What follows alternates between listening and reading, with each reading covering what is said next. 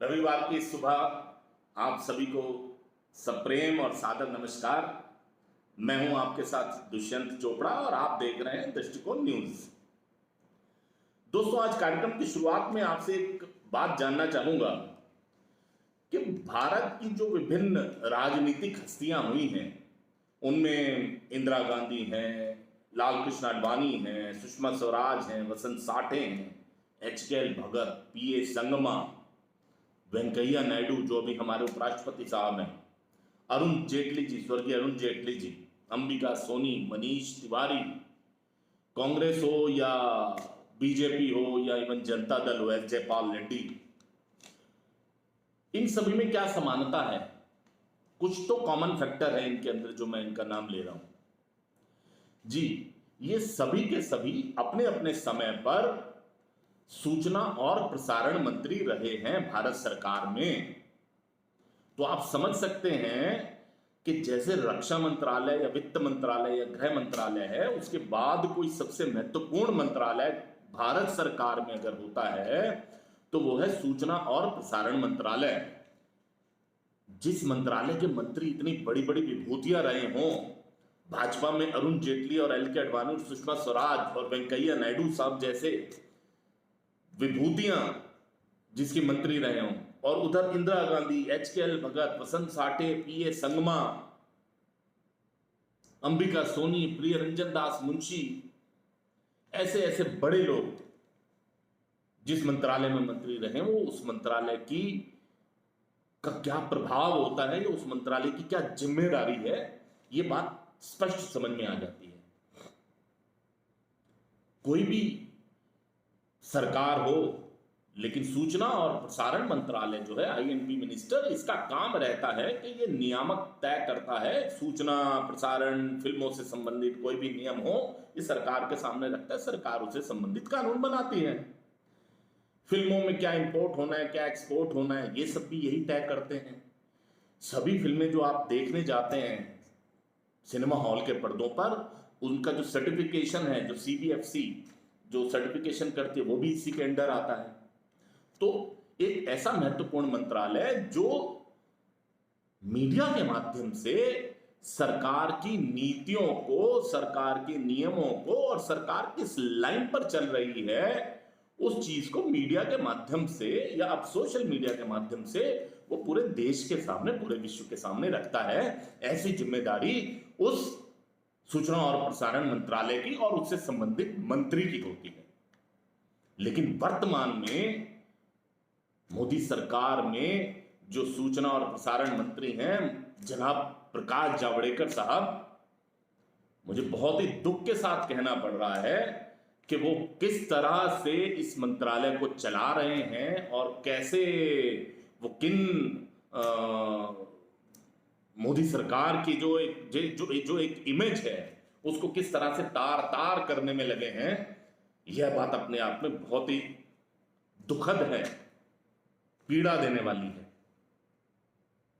लगातार लगातार प्रकाश जावड़ेकर जी ने एक सूचना और प्रसारण मंत्री के रूप में जिस तरह से मीडिया की हैंडलिंग की है, वो कहीं भी किसी तारीफ के हकदार नहीं है। उनकी प्रशंसा नहीं की जा सकती, निंदा ही की जा सकती है।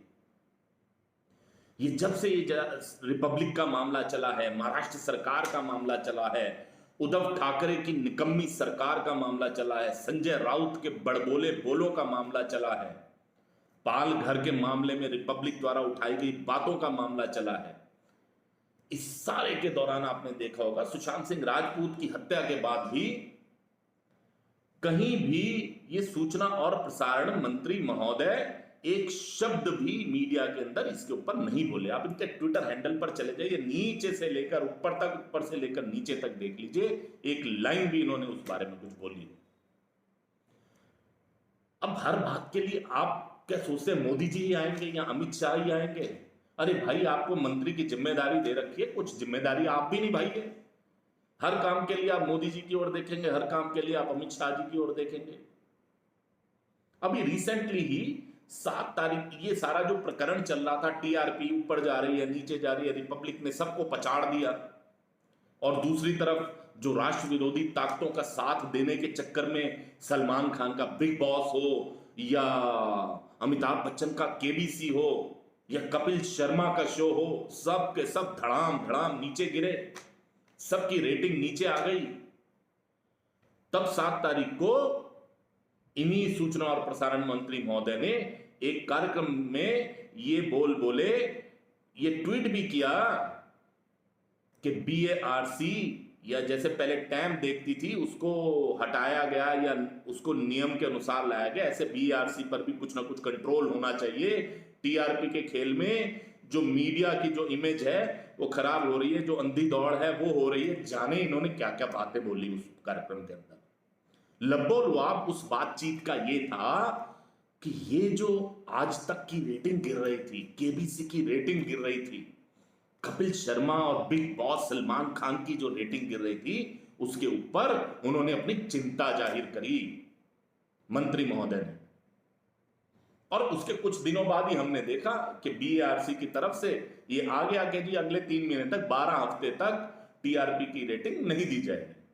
चलिए साहब, आप मत दीजिए रेटिंग, लेकिन जनता जनार्दन तो सब देख रही है। उसने जिसको देखना है उसको देखना है, उसने जिसको पसंद करना है उसको पसंद करना है, जिसको बॉयकॉट करना है उसको बॉयकॉट करना है। आप कुछ भी कहते रहिए। कल शुक्रवार को ये मंत्री महोदय ने जब बिहार के ऊपर बयान दिया कि चिराग पासवान जो है वो एक वोट कटुआ लीडर है, उसकी पार्टी वोट कटुआ पार्टी है, तो उस समय प्रकाश जावड़ेकर जी ये भूल गए कि उनका ये बयान भी भाजपा के लिए वोट कटवा साबित हो सकता है। क्योंकि जिस बिहार की बात वो कर रहे थे, जिस बिहार में भाजपा के लिए वोट मांगने की जुगत में चिराग पासवान को ये वोट कटवा बता रहे थे, उसी बिहार का बेटा था सुशांत सिंह राजपूत, जिसकी लड़ाई आज नीतीश कुमार भी लड़ रहे हैं, जिसकी लड़ाई कहीं ना कहीं केंद्र सरकार ने भी सहयोग दिया है। उसके ऊपर तो आप एक शब्द भी नहीं बोले प्रकाश जावड़ेकर जी। वो भी तो बिहार का ही बेटा था। उसकी लड़ाई किसने लड़ी? रिपब्लिक ने लड़ी। जिस समय कोविड काल चल रहा था, कोरोना के कारण पलायन हो रहा था बिहार के मजदूरों का, उत्तर प्रदेश के मजदूरों का, महाराष्ट्र से हो रहा था, बाकी सब स्टेट से हो रहा था, वो वापस भाग रहे थे बिहार की ओर। तब आपने उनकी आवाज में आवाज नहीं मिलाई थी प्रकाश जावड़ेकर जी। तब उनकी आवाज को बुलंद किया था रिपब्लिक टीवी ने, अर्नब गोस्वामी ने उसकी आवाज उठाई थी। बिहार की जनता अर्नब गोस्वामी का यह व्यवहार, उसने जो उनका साथ दिया, समर्थन दिया, वो भूली नहीं है। आज अगर आप रिपब्लिक टीवी की बजाय देशद्रोहियों का साथ देने वाले चैनल्स, मीडिया में जो भ्रष्टतम चैनल्स हैं, जो भ्रष्टतम व्यक्ति हैं, उनका अगर आप साथ देंगे तो ये जनता आपको माफ नहीं करेगी प्रकाश जावड़ेकर जी। लेकिन एक आईएनबी मिनिस्टर होने के नाते, सरकार की नीतियों के नियामक तय करने वाले मंत्री होने के नाते आपका फर्ज बनता था कि आप इस मामले पर बोलते। भले ही आप रिपब्लिक का साथ ना देते, लेकिन एक न्यूट्रल होकर तो बोलते। लेकिन आप न्यूट्रल होकर नहीं बोले मंत्री जी। आपने साथ दिया उद्धव ठाकरे का, इनडायरेक्टली दिया या डायरेक्टली दिया। आपने साथ दिया संजय राउत का, आपने साथ दिया शरद पवार का, आपने साथ दिया वहां के गृह मंत्री अनिल देशमुख का, आपने साथ दिया वहां के पुलिस कमिश्नर का, मुंबई के पुलिस कमिश्नर का मंत्री जी। क्योंकि आप केंद्र के मंत्री हैं, आपका एक एक शब्द जो है वो मायने रखता है। यहां पर कहीं ना कहीं प्रधानमंत्री मोदी जी से भी ये रिक्वेस्ट है कि इस सारे मामले की, इस सारे प्रकरण की वो पूरी की पूरी रिपोर्ट मंगाएं कि उनके मंत्री जी का इस सारे में रोल क्या रहा है। क्योंकि सूचना और प्रसारण मंत्रालय जो है, उसकी जिम्मेदारी है मोदी जी कि वो आपके कार्यक्रमों को आगे बढ़ाए, आपके कार्यक्रमों को प्रचारित और प्रसारित करे। लेकिन आपके कार्यक्रमों की जगह अगर वो देश विरोधी ताकतों का एजेंडा आगे बढ़ा रहे हैं तो जनता, सोशल मीडिया आज बहुत अवेयर है। वो अगर मोदी जी आपको सिरांखों पर बिठाता है, आपकी हर बात में हाँ मिलाता है, तो इसलिए मिलाता है कि सोशल मीडिया को, देश की जनता को आपके ऊपर अटूट विश्वास है। लेकिन अब सब कुछ करने आप तो नहीं जाएंगे, लेकिन कहीं ना कहीं अपने मंत्रियों के ऊपर नकेल कसना, उन पर नजर रखना, वो क्या सही क्या गलत कर रहे हैं, इस बात की जानकारी रखना भी आपकी जिम्मेदारी है मोदी जी।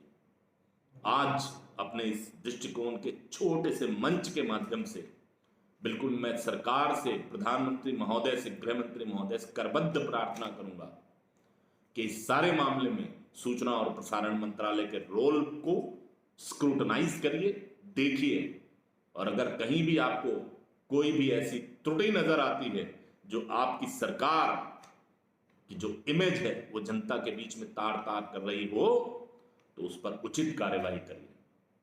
यहां मैं अपने दर्शकों से भी कहना चाहूंगा कि अगर आपको भी लगता है कि हमने ये जो इस मुद्दे को उठाया है कि कहीं ना कहीं मंत्री जी, प्रकाश जावड़ेकर जी उद्धव सरकार का ही डायरेक्टली इनडायरेक्टली साथ दे रहे हैं, तो आप भी हमारे इस वीडियो को ज्यादा से ज्यादा शेयर कीजिए, लाइक कीजिए, जन जन तक पहुंचा दीजिए।